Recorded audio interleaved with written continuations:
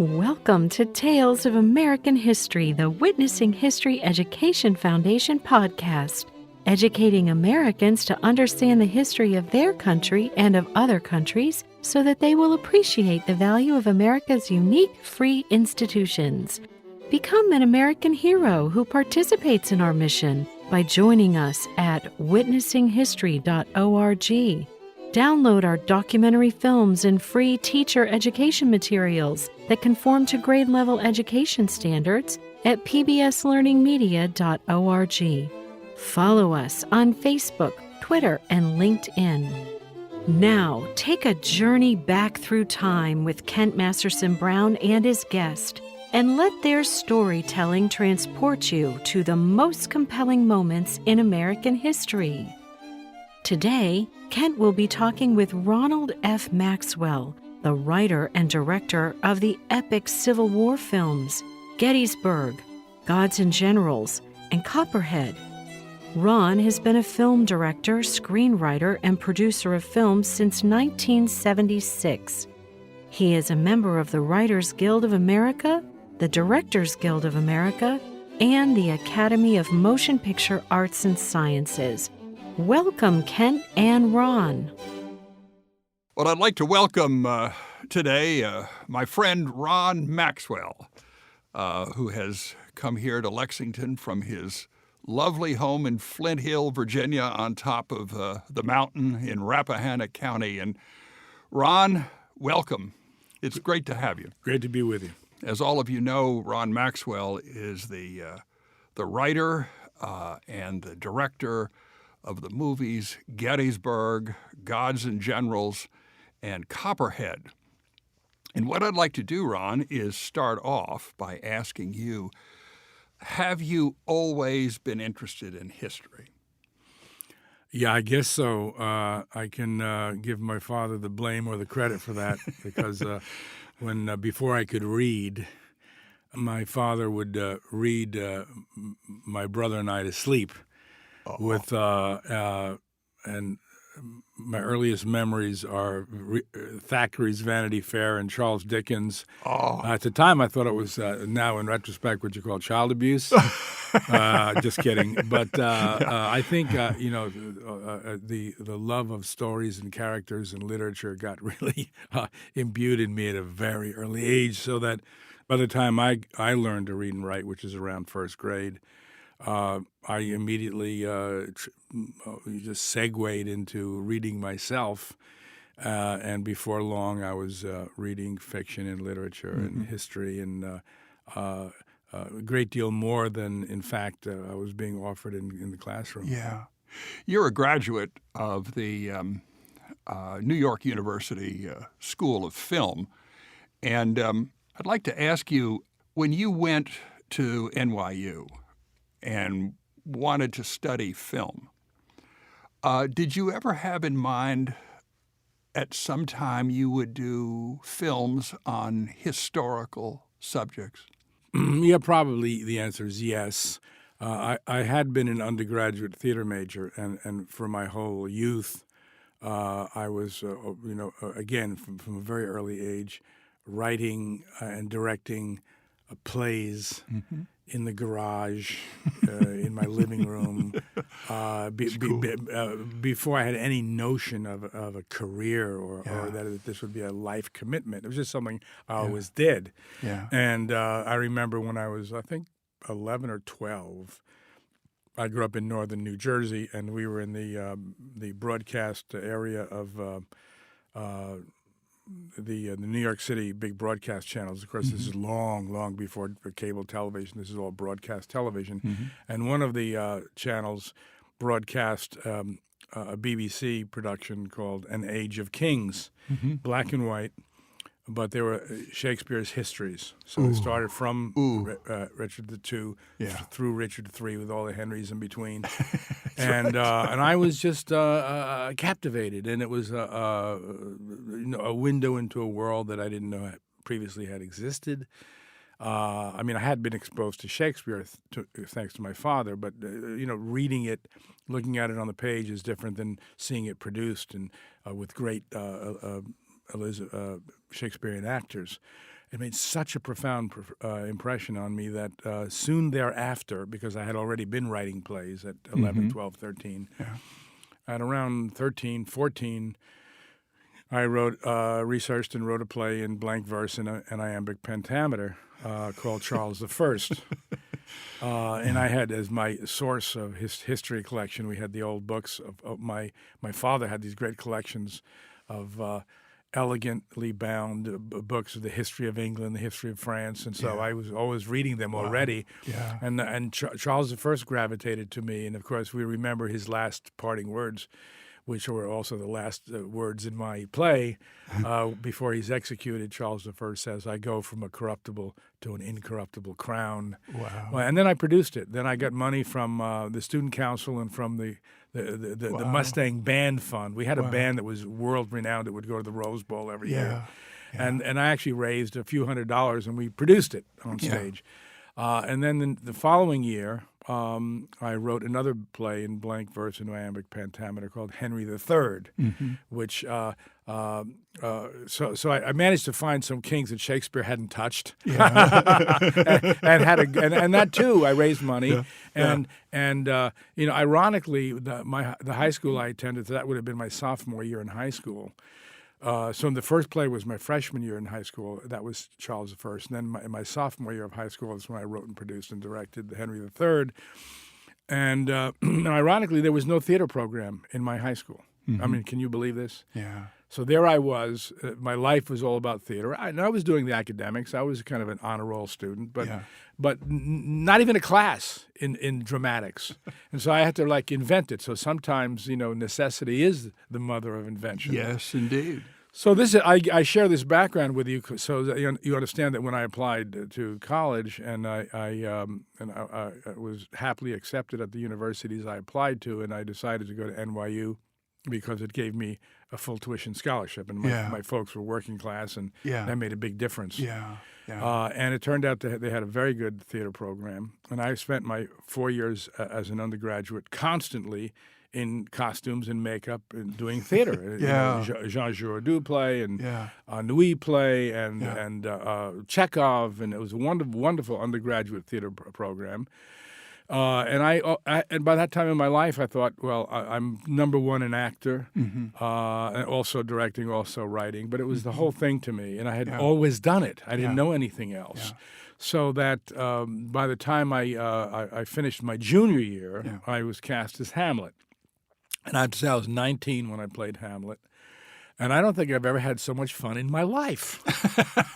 And there was the whole play. And I remember in those days we had the reel-to-reel tape recorders, and I had a little reel-to-reel tape recorder that I kept to learn the lines. And to jam them into my head. And the character of Hamlet, just the character alone, has more words than the entire Scottish play of Shakespeare. Wow. Just to give you an idea of the magnitude of it, and that so I'm finally getting around to answering your question, because at one of those performances, J. Hester, who was the president of New York University, remember there was an uptown campus which I attended, and there was a downtown campus, which is the one we think about today at Washington Square. And back in the 60s, when I was an undergraduate, there was a beautiful uptown campus where they had the Hall of Fame for Great Americans, a traditional quad with the Romanesque buildings and the Georgian buildings. That since in the decades since has been sold, I think, to Bronx Community College. But anyway, the president saw the performance. He came backstage afterwards and he said, "You belong in the new School of the Arts." They were just founding a graduate program called the School of the Arts. So I said, fine. And so with his recommendation, I went down to see the new dean of the theater program, which is what I expected to apply to. And when I was sitting there waiting for that interview, there was a poster on the wall in the waiting room. It was down on Washington Square, and it was announcing the new graduate school in film and television. And I thought, with the arrogance of youth, I know everything there is to know about acting. I'd been acting my whole life. I was 19, but my whole life I'd been acting, and I'd done Shakespeare and everything else. And I thought, what I really want to learn how to do is make movies. And so I did the interview, but I immediately applied for the film school instead of the acting program. Yeah. And I got the letter from the president of the university, and I was accepted with a scholarship into the Graduate School of Film. And so I didn't realize in the moment, Kent, that I was making that kind of a major life decision. I didn't think I was leaving acting behind and going into motion. But in effect, that's what I did, unknowingly. I've hardly ever acted since. It's been my whole life from that moment, from 1970, has been about learning how to make movies. It was a 2-year program at the time, graduate program. Now it's a 3-year program. Then it was a 2-year program. And my life took a turn, and ever since I've been making movies. And sometimes with sadness, I remember how wonderful it is to be the actor. Yeah. But what it did give me, and what it has continued to provide me, is an understanding, appreciation, and a sympathy for what the actor does. Yeah. Having been trained in the method, in the Stanislavski method, practicing it, having done it myself, I understand what an actor does. And so it's given me a tool, a very useful and I think essential tool to work in the kind of movies that I make. Wow. You know, it's interesting. We just completed a film on Abraham Lincoln in Illinois, and in that film, you watch Lincoln try to educate himself.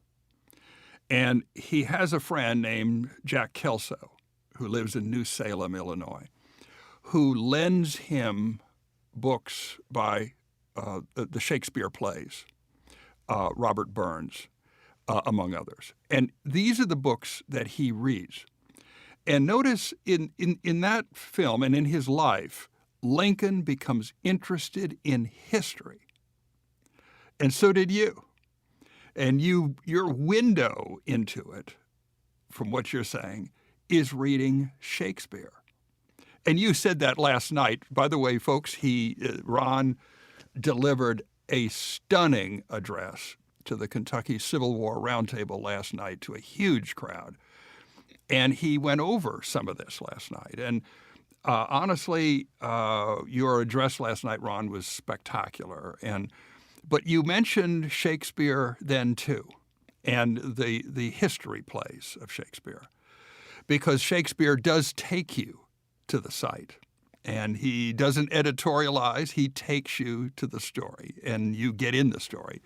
And I can see how Shakespeare influences people and influenced you. Well, there are influences that I can understand better now after decades of making movies. In the moment, of course, I don't think I wasn't self-consciously thinking of Shakespeare or self-consciously thinking of Richard Wagner and the Ring of the Nibelungen or the plays of Sophocles and the Greeks. But looking back, you understand how it shapes you, because in many, many ways. For instance, there's a humility that you absorb, even if you're not conscious of it. Now I can look back and understand it. Because when you've read the plays of the ancient Greeks, when you've read the plays of the Renaissance, of the Enlightenment, of the Restoration period, of the Western civilization, of the canon, as they're sometimes called, Molière, Racine in France, Shakespeare, Congreve, the other authors in the English language, you realize you're in a stream. You're not alone. Right. You're in a long stream of thousands of years of fellow humans who are grappling with the big mysteries of life, grappling with the human condition. Right. And in Shakespeare in particular, of course no one talks like that. No one talked that way then when he wrote, and no one talks that way now. But this is part of the power, because he puts the English language into poetry. All of those plays are set in blank verse and iambic pentameter. They're poems. They're epic poems that then become enlivened on a stage by accomplished, trained actors who make it sound conversational. Right. But in fact, it's poetry, so it's elevated language, and I think that's an immense part of the power. Right. Just think of any verse of any of the plays, the Scottish play, Julius Caesar, Hamlet, Romeo and Juliet, and take the verse out of it and the poetry out of it. The power is just diffused. It goes away. It goes away. So it's actually the language of Shakespeare that holds the power like a uranium atom. Mm-hmm. And that then gets translated by great acting and great directing Right. For an audience. Right. And so, having imbued that and having understood that, I made a decision, conscious decision, in particular in Gettysburg and Gods and Generals, to work in the epic form, Mm-hmm. the epic form, which is as old as the Greeks. Right. So some critics, and I'm not being churlish, if you're making movies, you should be open to criticism, and I am.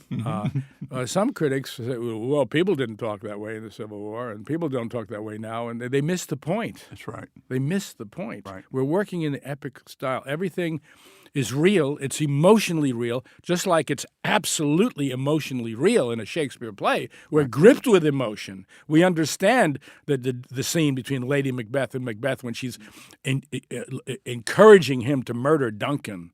That is a powerful scene. We get it. We understand those impulses, those deep primordial human instincts to do that kind of human destruction because of vanity, because of ambition, because of what we want, whatever the driving force is. So it's based, it's derived, it's moving in emotion, but it's rendered through this more formal thing. So the same thing in Gods and Generals in Gettysburg.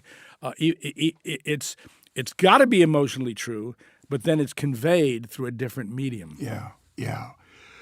Ron, you obviously, because of this, your training, your self-training too, have been interested in history a long time. When did you first consider doing a film like Gettysburg, which is your first Civil War film? Well, going back to the early days, obviously, when I was 13, 14, 15, I was selecting historical subjects, as I said earlier, Charles I, Henry III. Right. And through, I remember when I was, what year was it? It was sometime in the late 60s. So I must have already been in film school, or maybe between the theater program and film school. But I got intrigued. I wanted to do a film about Wolfe and Montcalm on the Battle of the Plains of Abraham in Quebec. During in 1759 in the French and Indian War. And I took a trip up there and visited the actual grounds. And then in 70, immediately after graduating from the graduate school, film and television, all my classmates went. There were only 30 people in the class. It was the very first graduating class of the film school. All my classmates went west to Los Angeles, and being always kind of a minor contrarian, I went east. I went east to Europe. I understand that. I went to Europe, and but it wasn't totally strange because my mother was French. She was a war bride. Right. My father married her in the very end of World War II, when he was, a soldier in Europe, and so I had the European connection. I had the French connection, although it had nothing to do with drugs, and so I went to Europe, and I was in London, and eventually a year later, my daughter was born in London. So I have a daughter who's a subject of the Queen. But while I was in London, I did some research at the British Library, and that's where, not surprisingly, you could find the diaries and the records, the regimental records of General Wolfe and all the British, the whole expedition in 1759. So I was already very much interested in doing that as a film, and that year is when I finally met Peter Snell, in London, who had produced Julius Caesar, starring Jason Robards and Charlton Heston, the big Hollywood movie. Sure. And I just wanted to do anything to get in the movie business. Get coffee, take somebody's laundry out. Whatever. With my MFA in filmmaking. And Peter eventually introduced me to Charlton Heston. And we hit it off, and I was hired to be Charlton Heston's personal assistant on a movie called Antony and Cleopatra, which we filmed in Spain, in the south of Spain, the spring and summer of 1971. We filmed in Almeria on locations, and we filmed in Madrid at the Studios Moro, I think it was called. And it was a great experience because I met Fernando Rey, the great Spanish actor who had done a lot of work with Luis Buñuel. and just a beautiful. It was a mixed Spanish English cast. But again, the way things worked out, there I was working on another big historical epic, and of course that was my window and my liaison, if you will, with the old Hollywood. Yeah. Because I'm part of the generation of, even though I'm now 70, I'm part of the generation of the newer Hollywood. Sure. The generation that actually went to film schools that had formal educations. The older generation, there were no such thing as film schools, hardly even film courses. You learned on the job as an apprentice, the old-fashioned way. So I'm so grateful that I had that connection to the old Hollywood through Chuck Heston, through Joe Knut, the second unit director. Joe Knut's father was Yakima Knut, who was the guy that's under the traces in John Ford's Stagecoach. That great scene. He was in Gone with the Wind. I was so lucky that I had those kind of mentors in my life. Wow! That is just so cool. Getting interested in Gettysburg, you obviously came across Michael Shara's book, The Killer Angels. Is that what got you interested in doing a film on Gettysburg? That's exactly what got me in. Even though I had already been a student of history and loving to read history, and obviously, as we just said, selecting history for subjects of movies, it was reading that book that really grabbed me. As a youth, my father and mother took my brother and I to all sorts of historical sites. Mm-hmm. But as we grew up in northern New Jersey, we would go to Ringwood Manor. We would go to the Saratoga battlefield in New York, Fort William Henry, Fort Ticonderoga. So the places that I had visited were all colonial, French and Indian War, American Revolution sites. I'd never been to a Civil War site ever until I read The Killer Angels. We were just too far north. I mean, it's even from where I lived in New Jersey, it's 2.5 hours at least to get to Gettysburg battlefield. Yeah. So my very first visit to Gettysburg was after I had optioned the novel The Killer Angels. Mm-hmm. And Michael Shara said, let's meet at the battlefield. Mm-hmm. He was a pilot, and he flew a little Piper Cub, and he lived in northern Florida back in those days, and I'm thinking now this had to be, I optioned the book in 78, so sometime in 79, 78, somewhere around there, we met in Gettysburg. I drove down, he flew up to the little grass strip outside of Gettysburg. Sure. No. And he walked me through the Battle of Gettysburg. It took us 3 days, so day one, as he tells the story in his novel, so it's not everything that happened, right. It's what he follows in his book. Day one, he walked me through it. Day two, he walked me through it. And day three, imagine having this guide as the first time ever you're in Gettysburg battlefield. Yeah. Memorable experience for sure. Michael was a character. He must have been. Tell us a little bit about him. He died 10 years later. He died in 88 of a massive heart attack. He was only, I think, 56 or 50. He was late, second half of his 50s. Yeah. I'm not sure.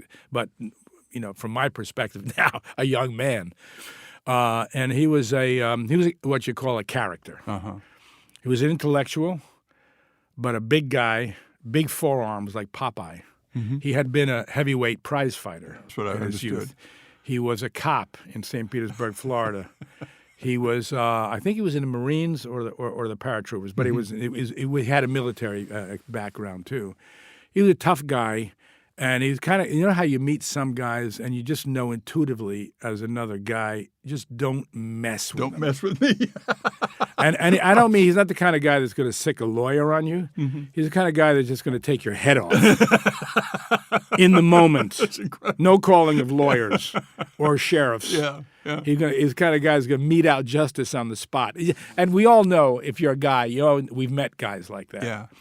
It doesn't make them bad guys, and that's not what my implication is. It just means it makes them tough guys. Yeah. They're like street guys. Yeah. And they're kind of they exude this. So he was a bizarre combination that way because he was clearly an intellectual. He could talk to you about Shakespeare till the end of time. He taught Shakespeare at university. He taught the classics, and a very accomplished writer. And by the time I met him, that book, The Killer Angels, had won the Pulitzer Prize for fiction. Yeah. Let's remember, not for history, for fiction. Of course, right. He had done a great job of research, but ultimately it was a work of fiction, just like my movies are works of fiction. Right. They're researched, they're about history, but all movies are acts of the imagination. Of course. And that is true with Gettysburg and Gods and Generals. So we became friends, and all through until the day he died. He was a tough businessman. I had to make my option payments, and a couple of times because we all have our ups and downs in life economically, and a couple of times I said, can you cut me some slack here? Maybe give me a couple of months, and the answer was simple: no. And I had to scramble, find the money, beg, borrow, but not steal, and get him the money, which I always did. Tell me, you then were the writer. You wrote the script Yes. for Gettysburg, and how long a process was that for you? It was quite lengthy. It took a while to condense that novel down. Condense is the wrong word. To translate that novel into a screenplay. Right. It took a couple of years. I didn't have a screenplay really until late '80, early '81. Right. And all the time you're writing, you're also trying to raise the capital for a film. Well, like yeah, I'm not trying to raise the capital until I have a script. Okay. So the first couple of years was just doing the script. But I was also doing other things. I was, because in 1978, I had directed a picture for public television. It was, I think, released February 78. January 25th, 1978, called Verna, USO Girl. Right. Which I had adapted from. Actually, I had hired Paul Inarado, who was a very hot playwright at the time in New York, and I hired him to adapt a short story by Paul Gallico called Verna, which was about a performer on the front lines in World War II. It was called. And we changed the title from Verna to Verna, USO Girl, and we cast Sissy Spacek, who had already done a couple of big movies. And Bill Hurt, right out of Juilliard Film School, Howard Da Silva, and Sally Kellerman. Yeah. Sally Kellerman, who had just seen him on the stage. Nashville a year or two earlier, and it was a very successful film. It got me an Emmy nomination. It won an Emmy nomination for Howard Da Silva as Best Supporting Actor. It got Inarado a nomination, so it was very well received. And as a result of that, after it aired on January 25th, 1978. I literally was drafted to Hollywood. I mean, my phone was ringing, and one of the people calling me was Barbra Streisand, and I thought it was friends, playing jokes on me, and Hollywood agents, and so I soon went out there. So by I remember I've traveled out there with my wife Victoria, on Valentine's Day, February 1978, So from that time on, I was very busy on Hollywood projects. At the same time, I was trying to write the screenplay for The Killer Angels, which is partly why it took me so long. And then I ended up directing Little Darlings for Paramount, and then The Night the Lights Went Out in Georgia for Avco Embassy. And they were both very successful commercial films. And at some point around there, I thought, I'm never going to do Killer Angels unless I make it a priority. And it still took me more time. And it wasn't until years later that I finally was able to finance it. As I said, I optioned the book in '78. I finally made a deal with Ted Turner in 1992. So it was 15 years saga to try to get that movie financed. Incredible. And then it came out in the fall of '93. Yeah. Tell me the process of finding actors, principal actors. In Gettysburg, you got Martin Sheen as Lee. How did you go about getting them? Just the mechanics of doing it. Well, you have an idea in your head of who you want, and the model of making movies, it hasn't changed much even now. The motion picture distribution, release, and financing system depends on stars. on big names, marquee names. Right. Now, that's not the case in streaming television. That's a whole new area now. Amazon, Hulu, Netflix. There are names, marquee names, but it doesn't depend on it anymore. It's going into a whole area, which I think in many ways is liberating to what can be done, the subject matter, the stories, etc. But in the movie world, it's so expensive to make a movie and then to release a movie. It costs almost as much, if not more, to release a movie with advertising and marketing than it does even to make the movie. The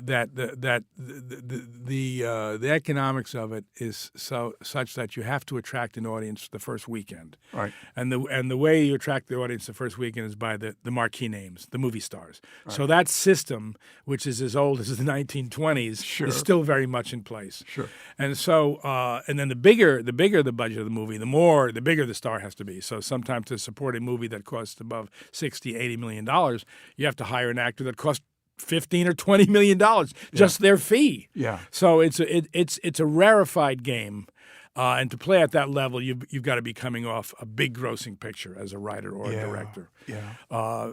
It's not the best model in the world to get work done, and I think that the model that we're going into now is much more promising in streaming television. But the theatrical model, where you're going to go to a movie theater, buy a ticket, sit down in a big dark room, and see a movie with the hundreds of other complete strangers, which is the model you and I grew up with, Kent, that still depends on names. So you start out by saying the financier, the studio, whoever is financing the movie, and the distributors, whoever is going to distribute and circulate and sell the movie, say these are the names that we need, and they give you these lists of the male or female actors, and that list moves. It's not a hard and fast list. Some people are always on it, like Tom Cruise, but even that level of Tom Cruise is not for independent filmmakers. That's the big studio movies. So we don't even look at people like that. It's not the A+ actors. It's the A and B+ list that you have to have. And so they'll say, and of course the actors have to be right for the role. So it's not any actor. So by the time you take the marquee name plus who could do it, who's right for the role, and then who's available, who's not already working for the next year, you're down to sometimes 3 or 4 names for this lead, 3 or 4 names for that lead, 3 or 4 names for this lead. And if you don't get those 3 names or 2 of the 3, you're just not going to make your movie. So the major agencies which control the talent rule the theatrical business. There's no way of getting around it. Well, there is a quasi way, which is if you just have your own $20 million, go make your movie. Yeah, right. But that very few people are in that position. So basically, you've got to play this game, and that means you have to have a fully written, excellent, fully polished screenplay. And to get it to the actors, there's no actor that's going to read it, even if they might read it if they're a close friend of yours. But the next question they're going to ask is, when is the start date, which means when are you going to start filming? And where's my offer? And in Hollywood, we call it a pay-or-play offer. In other words, so without an offer, without saying, we want your client on March 2nd to work for 3 weeks, and we're offering you right now in writing $2 million, and we're willing to escrow that in the Screen Actors Guild. If you can't have that conversation, don't even make the call. Don't even make the call, because the agent won't appreciate it, and he won't give it to his client. That's the way the business is. And so basically you have to have the whole thing. It's a chicken and an egg situation, because you can't get it financed without the stars, right? And yet you can't make the offer without the financing. So you can understand what a Rubik's Cube you have to work in, and why very few people can play the game, the theatrical game. Tough. Yeah. Very, very interesting. Now beyond the stars, of course, once you know you're making the movie is now financed, you have a start date. Now the other roles, the other 20, 30, 40, in the case of Gettysburg, 153 roles, you hire casting directors. In the case of Gettysburg, a casting director in New York, a casting director in Los Angeles, and you spend 3 to 4 to 5 months seeing thousands of actors. They're pre-screened by the casting directors, but you have to see a lot as a director. And that's just, there's no way around that. That's just time-consuming, sitting in a casting agency, seeing an actor every 15 minutes, every 20 minutes. Some actors come in and, you want to give them a shot. The actors are used to being frustrated. They prepare for an audition. They come in, they open their mouth, and they go, "Thank you very much." Yeah. And I try not to do that with actors. I try to really give them an opportunity to do their thing. Right. And so you're spending 10 or 15, sometimes 20 minutes with an actor. You're talking weeks and weeks and weeks of casting. Wow. And the casting process is essential. You cannot short-circuit it. You cannot rush it. If you get the casting right, you have the potential to make a great movie. The potential. You could still screw it up. If you don't get the casting right, you're doomed from the start. Wow. I can see that. So I guess Martin Sheen was your first. No. My first choice for Lee for Gettysburg was Robert Duvall. I had given Robert Duvall a script early on. We were at the time we were both living in New York City. He made a great Lee in Gods and Generals. I forget how I met him. I have to think back how I originally met him. But I got him the script, and he said he was very interested in doing it. Then years later, when we finally got the movie financed with Ted Turner, Robert Duvall was not available. He was busy on other projects. He was just not available. So we had to look, and it took us a while because you needed to have an actor who had the gravitas Right. To do Lee. Not anybody can play Robert E. Lee. It's a question of gravitas and stature and kind of things that are kind of baked in the persona. And it took us a while, but we then found Marty Sheen, who I think did a magnificent job. He did. And then a decade later, when we were doing Gods and Generals, we went back because we wanted to have all the same actors replicate all their roles to the extent possible. So Jeff Daniels was available again, and Brian Mallon was available again. Right. But Marty was not. He was doing his series, his TV series, West Wing. Yeah. So I circled back to Bobby Duvall, who was available. So that's strange how that worked out. Is, and then the original choice for Gettysburg ended up playing Lee in Gods and Generals. Yeah. Tell me, I'm sure everybody listening would like to know what it is like directing these people, Martin Sheen and Robert Duvall, and what's it like directing them? Well, I think as a director, when you're with actors, it's not that you forget they're movie stars. You can't forget you're on the planet Earth. Right. But you can't let it get in your way. Right. Because at that point, he's not Robert Duvall, the movie star, the international celebrity. He's Robert E. Lee. You're trying to get him to be Robert E. Lee. Right. So that process is the same whether it's a superstar or whether it's a first-time neophyte actor. You have to be a guide, a helper. You have to be the director. Right. You got to give them direction, and you also understand that with somebody like Martin Sheen and Robert Duvall, they have already worked with the best directors on the planet. Yeah. You better know what you're doing, because if you don't, you can imagine the two bad alternatives could happen. They could clam up, and then you got a real problem. Or they can paint by the numbers, which is worse. I call it painting by the numbers, when an actor falls back on their bag of tricks, and actors have a big bag of tricks. And then you get Robert Duvall in your movie painting by the numbers, which is still going to be very good, but nothing special. Yeah.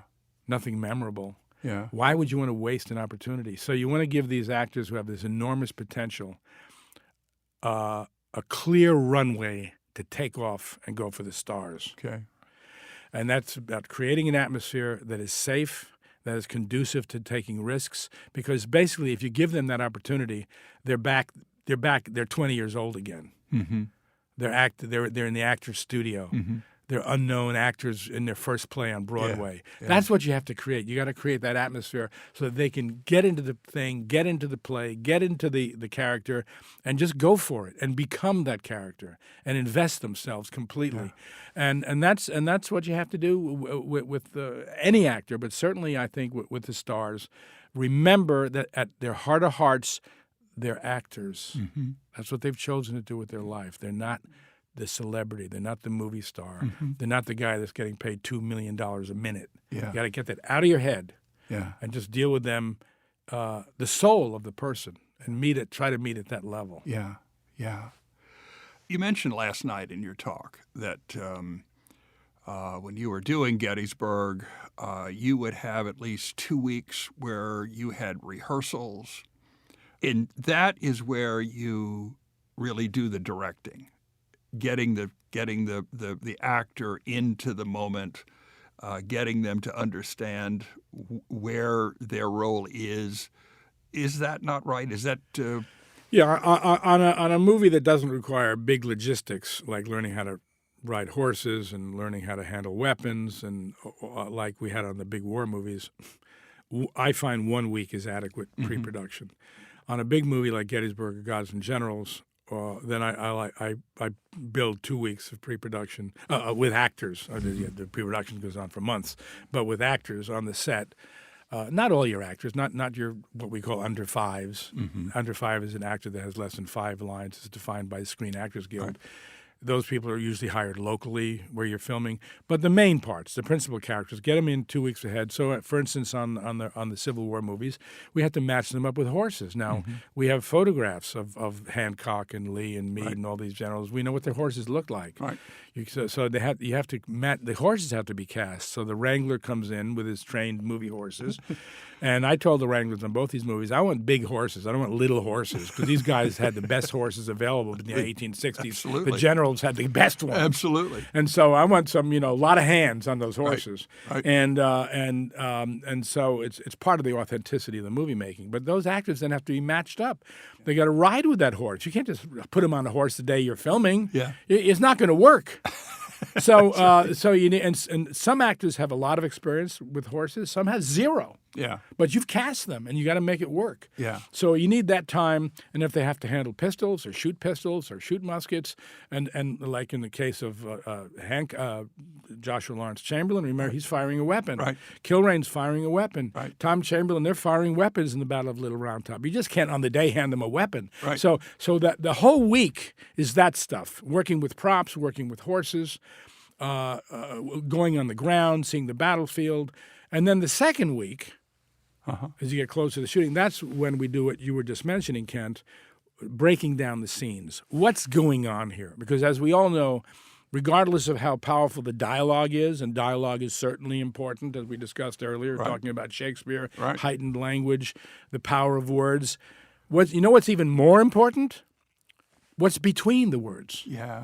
And that's what the actors bring. Yeah. So between this line of dialogue and that line of dialogue, there may be 5 emotional beats that are very important. Otherwise, when you go from this line of dialogue to that line of dialogue, you've just skipped over a lot of material, and you've lost the human behavior. Yeah. And what is the most compelling thing about this kind of movie making, which is narrative movie making when you're using actors, as opposed to other kind of movies that are being made now with cartoons and CGI, et cetera, is behavior, human behavior. And that's what you explore in rehearsals. Yeah. And you can't just throw people on a set until we're filming today, because if you do that, you're going to lose the behavior. You're going to get what I call the actor's bag of tricks. You're going to hit it's like the condensed version you're watching. Or the Cliff Notes version. Yeah. We don't want the Cliff Notes version. We want the real thing. So you have to have rehearsal to explore all that. And when you explore it, actors bring their muse, their imagination. You find things in rehearsal that you didn't think of, you didn't imagine even. Yeah. And this is what actors bring. And then together in the ensemble, all sorts of things are created. Now, you can say, well, this is interesting, but it's not where we want to go. Right. That's what you have to give yourself the time. It's the same as you do in rehearsing for a play, even a classical play by Chekhov or Ibsen. There's no two productions the same. You have different actors. You have different directors, even though it's the same exact play. That's why we keep doing it. It's reinterpreted, reinvented. So we need, even though this particular screenplay has never been done before, the adaptation of Michael Sharra's Killer Angels, we have to explore it. Otherwise, we'll leave gems on the side. And so all that exploration is done. And then once we understand what it's about, what's really going on here at an emotional human level, Then myself, with the huge contribution of my cameraman, Kees van Ostrom, can figure out how we're going to capture this on film. Yeah. And so in the rehearsal process, as we proceed, we say, okay, this scene between Hancock and Chamberlain, or this scene between Armistead and Longstreet, we're going to film it in 3 setups or 5 setups or 1 setup or 20 setups. Yeah. So that we know that, we convey that information to both to the actors and to the crew. Yeah. So that when the crew gets on the set, long before they get on the set, they know that this scene is going to be 5 setups. And the continuity clerk knows it. And that means we're going to need 2 hours to film it, or we're going to need 3 hours to film it. And because of our production experience, we can make educated estimates about what it's going to take to do the scene. Yeah. And then over a course of Gettysburg, 62 days. Now, we had budgeted 62 days. Guess what? We shot 62 days. Did you because really? of the preparation. Yeah. It's all about preparation Yeah. and then execution. On Gods and Generals, we budgeted 72 days. We filmed 72 days. Wow. It's preparation and knowing what it takes to get certain things done. And you reduced each one of the scenes to a written form so that you had a shoot sheet where you knew exactly where you wanted people, not only what they were to say, but where they were to be. I mean, all that was done way ahead of time. And I should hasten to add that one of the beautiful things about preparation is not just that you're going to stay on schedule, which is important because right. Nobody wants to go over schedule or over budget, Right. Because then you're undermining the investors. You got to be the people are investing in this. Somebody is investing in this. You can't forget that. Right. You got to be responsible. But the other great benefit of preparation, many benefits, nobody panics. Nobody's in a state of anxiety. Nobody, not the prop man, not the makeup people, not the people who are bringing you the donuts. Everybody's relaxed because everybody knows what is expected of them. Absolutely. And I tell you one thing about film crews, they have a high sense of pride in their work. So whether you're the electrician or the focus puller or the dolly grip, people want to be the best dolly grip in the world, the best focus puller. Yeah. That's what you have going on in a movie set. And so by giving people the preparation, nobody's caught off guard. Now, then the greatest benefit of preparation is that then on the day, you can throw it all away and change your mind. Yeah. And you could be creative. So on the day you're filming, day 32, your actors show up and suddenly an actor comes up and does something completely different than you rehearsed. Because you have rehearsed it, because you have explored it, I can say to the director, whoa, that's wonderful. Aren't we lucky that this is happening? And go there. Right. Without having an anxiety, it's going to take another hour. There's no anxiety on the set. So you can be as free as you want to be. And I can tell you that happened many times on the set of Gettysburg and many times on the set of Gods and Generals where something spontaneously happened, either because of I had a different idea or the cameraman had a different idea or an actor did something differently when we went with it. Yeah. And it's cool and it's better. Yeah. And you have a better movie. Yeah. How big a crew did you have at Gettysburg and Gods and Generals? What was the size of the number of people accompanying Well, you? both those movies is what you call old-fashioned filmmaking because very little to nothing relied on computer effects. Yeah. It's making movies the old-fashioned way, Right. like Sergei Bondarchuk did Waterloo. Yeah. He in his case, I think he had 10,000 or 15,000, perhaps, members of the Red Army to do Waterloo.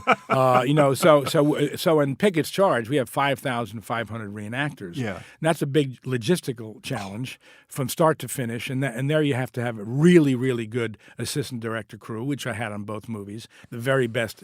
And you can't have assistant directors who are doing this for the first time. Right. You got to have ADs who have done this kind of big old-fashioned movie making, where there's the only CGI we did on Gettysburg was eliminating the contrails of airplanes in the sky, or getting rid of some of the monuments that were on the Gettysburg battlefield. So they were the elimination kind of CGI. There's no adding CGI in Gettysburg. About 10 years later, when we did Gods and Generals, we did some of that elimination stuff, wires and things, but also we did augment the number of troops coming up in the charge in the Battle of the Rappahannock. But other than that, nothing. So neither movie depended on that the way that, let's say, the Lord of the Rings cycle, enormous CGI, almost start to finish, almost every frame. Or Avatar. Avatar must be 100% CGI, except for the actors.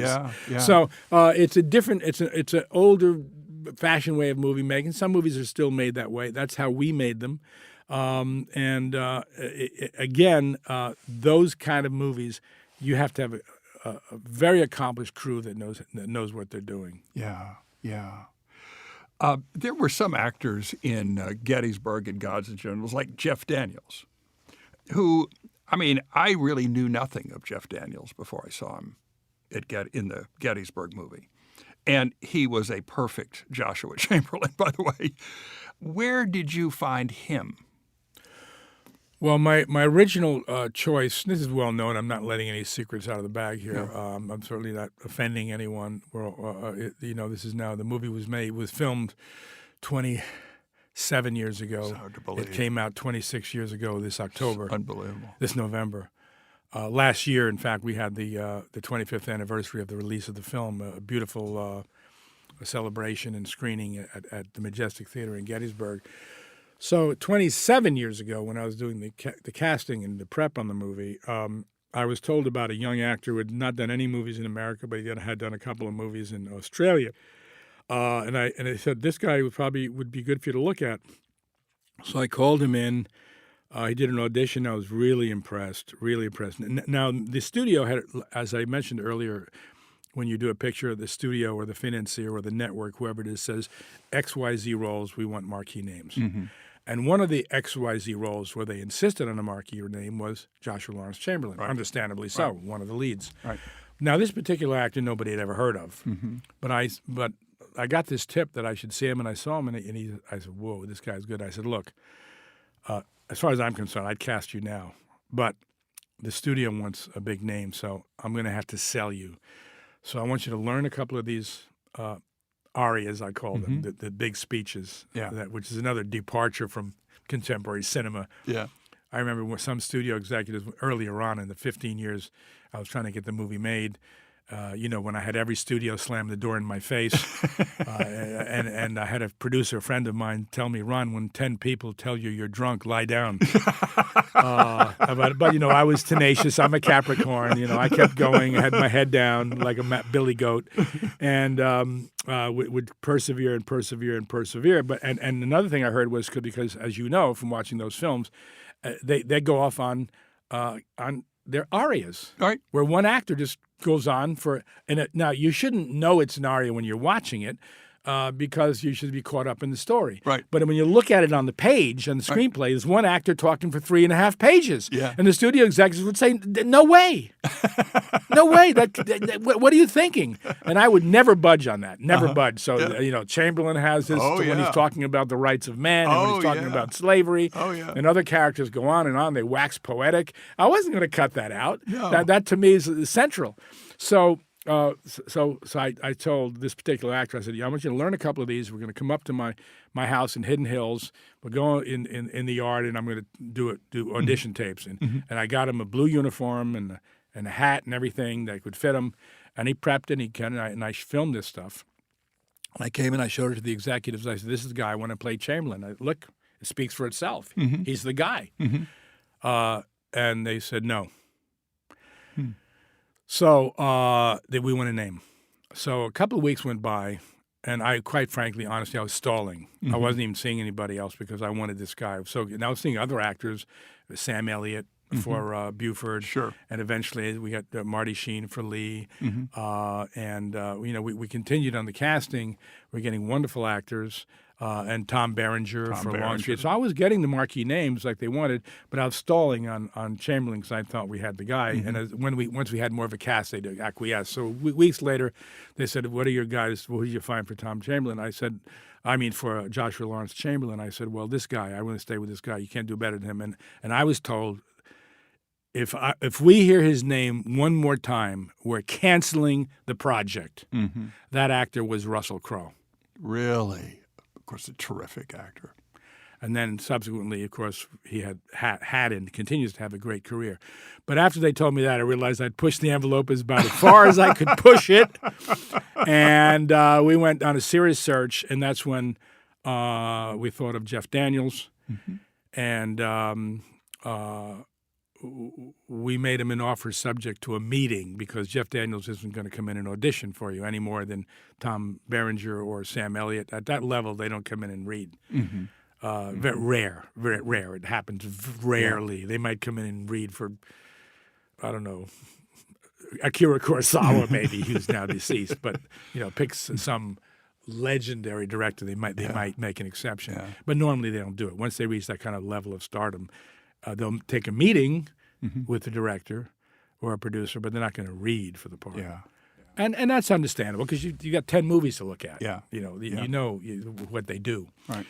So we arranged to meet Jeff Daniels. I was back and forth between Los Angeles and Gettysburg at the time prepping the movie, and he happened to be in Michigan, outside of Detroit. He has still a theater company called the Purple Rose Theater Company. He was then and remains very active in theater as well as movies and television. And so we met for the first time. I saw a play that he wrote about a pickle factory, a very amusing play. He was not in it. He wrote it and directed it, as I recall. And we met afterwards at a brewery. We had what, not to make this sound too caricature-ish, but we had a male bonding experience. Yeah. Because I looked him in the eye and I said, Jeff, all the movies you've done, he had done a lot of movies already, Terms of Endearment.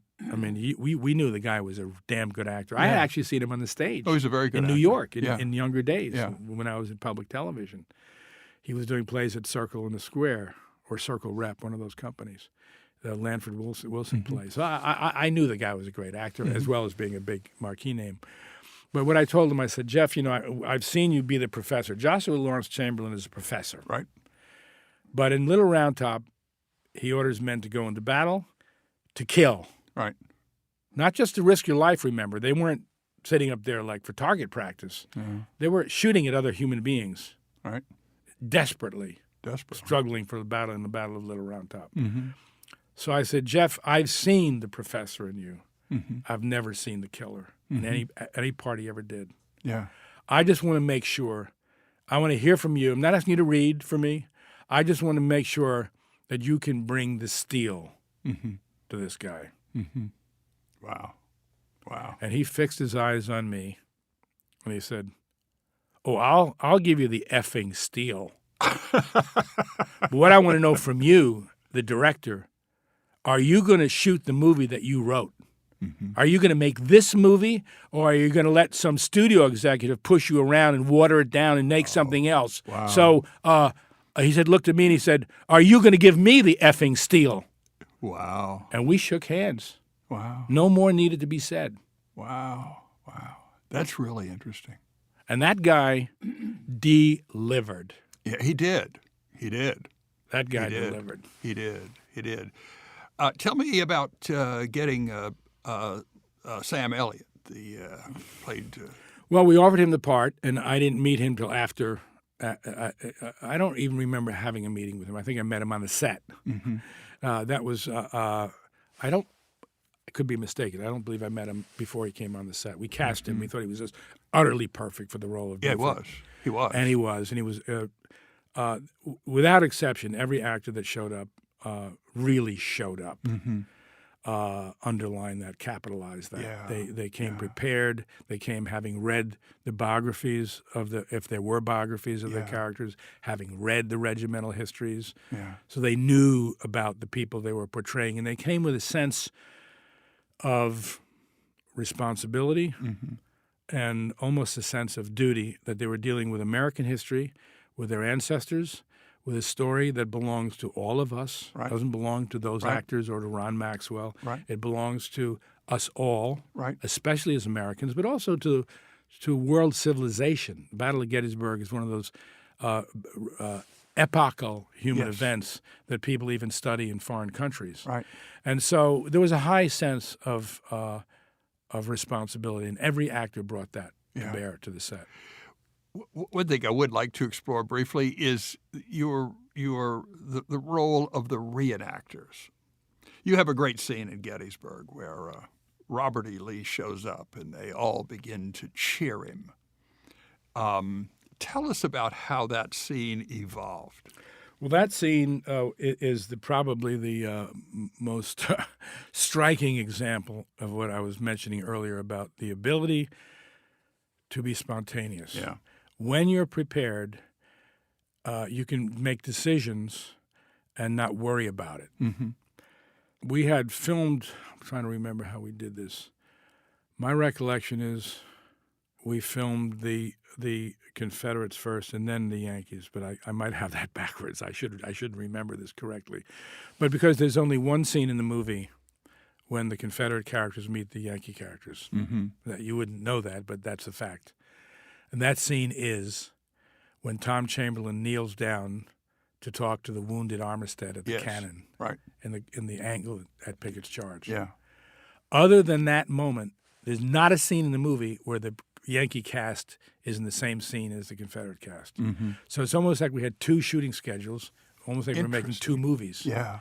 So the one cast arrived on the set, rehearsed and left, and the other cast arrived on the set, rehearsed and left. Now, they had met before because, as I say, in the rehearsal 2 weeks, the 2 weeks of rehearsal before we started filming, Mm-hmm. they were all there.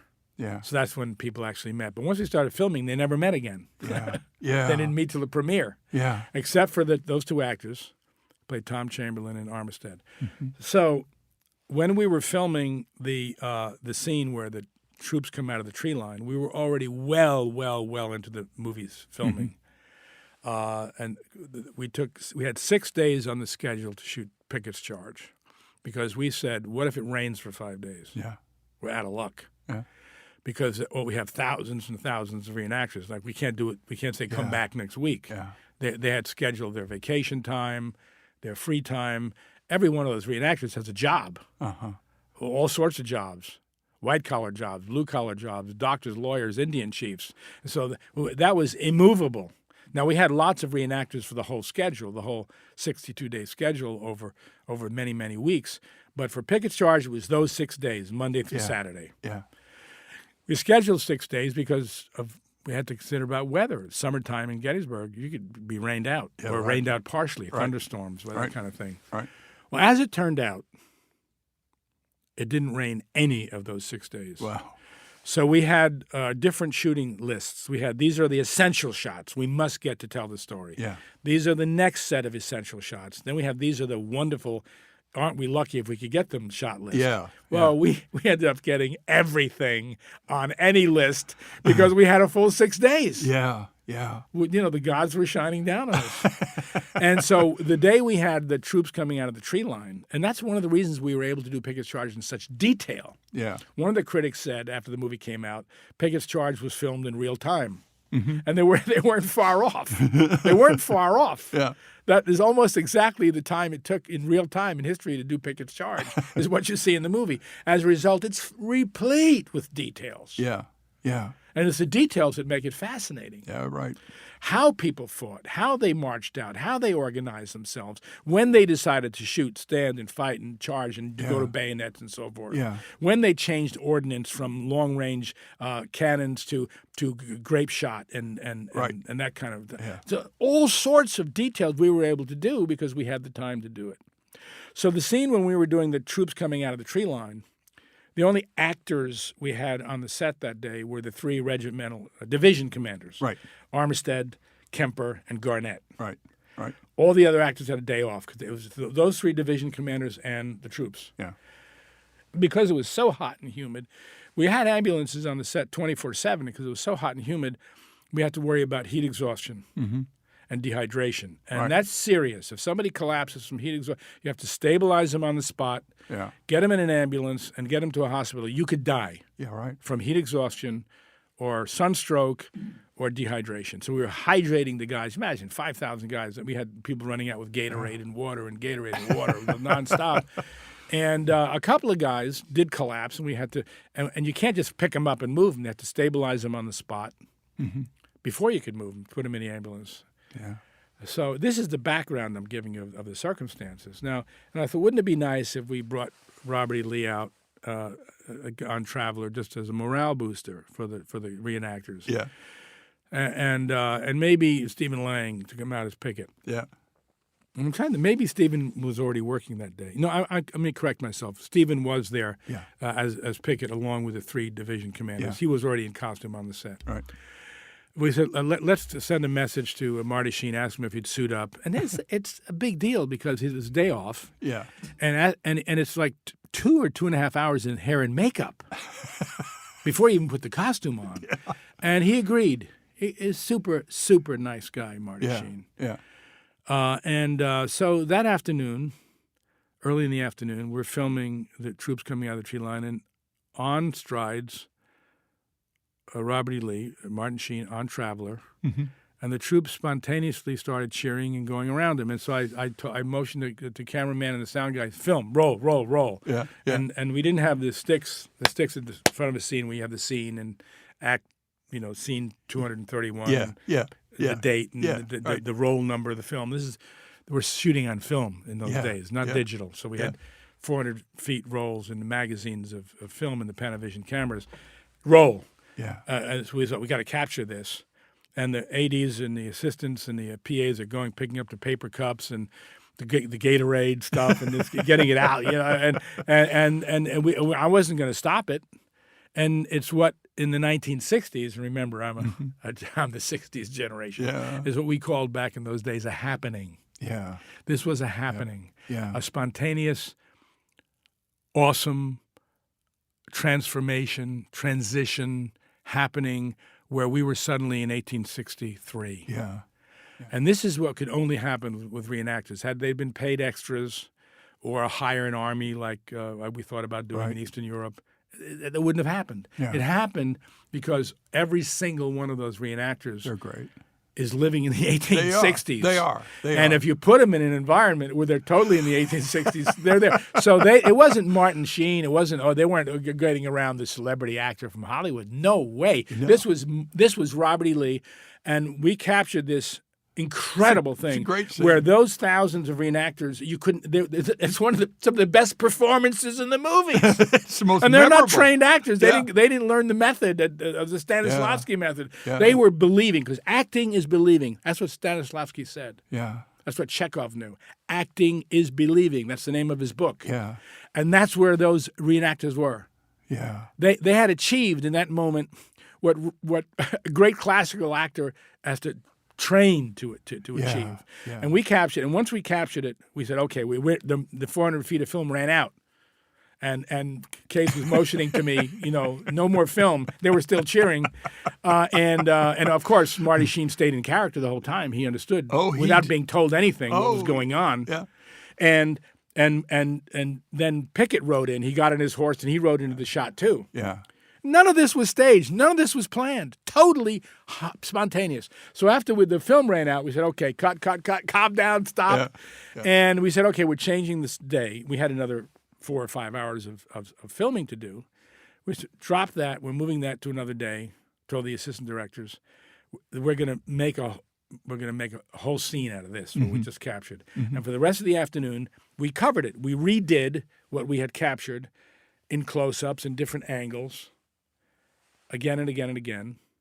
And that scene is in the movie. It was never in the script. And I think most people agree it's one of the most dramatic memorable. scenes Just in the totally film. memorable. Yeah. Only possible because we were using reenactors. Yeah, that's absolutely correct. Well, we first talked when you were making that movie. At the time, folks, I was chairman of the Gettysburg National Military Park Advisory Commission. And the superintendent of the park, who was then Jose Cisneros with the National Park Service, asked me if I would be the one to field questions you may have about using the park. And I can remember I was in my office here in Lexington, Kentucky, and you called and asked me whether or not you all could use the Slider Farm, which would be Lee's headquarters, and there was no problem with any of that, and Devil's Den. And so, you were really filming that on the site. And I like to bring this up because this is why I admire what you do, Ron. I'm a great believer in getting people to see and understand history, American history. We just don't have very many people who know anything about it in our culture today. And the more we can get people to see it and entertain them too, because that's what keeps them in the picture, keeps them on focus. If we can do that, then we can get people more interested in history. And when I was working with the park doing this on this commission, we would keep track, the park would keep track, of visitation at Gettysburg. And for years leading up to your movie, Gettysburg would receive about 1.5 million visitors a year, which is pretty substantial. But then after your movie came out, I'll never forget, I was in the park headquarters doing some paperwork on some commission work. And I looked out, and there was no place for people to park. It was so jammed. And I turned to one of the park employees, and I said, "This is extraordinary. It's unusual." I said, "What's doing that?" And they go, "The movie Gettysburg." And I said, "Do you have some stats?" "Well, we'll get them as soon as the year ends. Your movie was just getting going." And ultimately, we found that we, that year, got 3.5 million people going to Gettysburg, all because of you, Ron, and your movie. And it still is a huge visitation. I would say it's 3.5 million plus, because your movie continues. It's going to continue for a long time, Ron. And same with Gods and Generals. Those movies will have a long, long life. And for all of that, and I know what a challenge it is for a film director and writer, I think I know, to make a film about subjects like Robert E. Lee and Stonewall Jackson. I mean, you really stick your neck out in this culture today. But you did it, and look at the fruits it has borne. It's absolutely stunning how many people. Last night we asked, how many of you have seen Gettysburg? The entire crowd raised their hands. It is stunning the number of people who've watched it, and it's stunning the effect it's had on people getting interested in history. So, Ron, thank you very much. And thank you, Ron, for appearing today.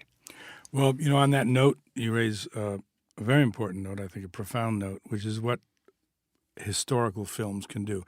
All films, but particularly historical films. And I'm thinking of the great filmmakers who have made them, like Ang Lee, like Steven Spielberg, like Akira Kurosawa, like Andre Wida. There's a long list of really impressive filmmakers working in the realm of history. Because what it really does, the film, and you just mentioned it with Gettysburg, it's a link. You're holding hands across generations. Right. Because, yes, we made it in the summer of 1992. We filmed it. Mm-hmm. Came out in 93. That's the generation that made the movie, about a generation that actually lived and fought and died in 1863. Mm-hmm. And people will see this movie who are now unborn. Right. Future generations. Right. So the film is the link. Right. It is where the hands join across time, linking the generation of the 1860s with all future generations. Right. This is the power of cinema. It is the power of cinema. And what also is so grand about cinema is that you not only get the chance to tell people about history, but you do it in a way that entertains them. They stay with it. They enjoy it. They want to see it to its conclusion. And that is the key with cinema. It's like the stage with Shakespeare. they can see the characters. They see Richard II. And anyway, Ron, you did spectacular work, and there's a lot more in you, I trust. Listen, thank you very, very much for coming. Thank you, Kent. Great to be with you. Well, it's my pleasure. Thank you. Become an American hero who participates in our mission by joining us at witnessinghistory.org. Download our documentaries and free teacher education materials that conform to grade-level education standards at pbslearning.org. Follow Witnessing History on Facebook, Twitter, and LinkedIn.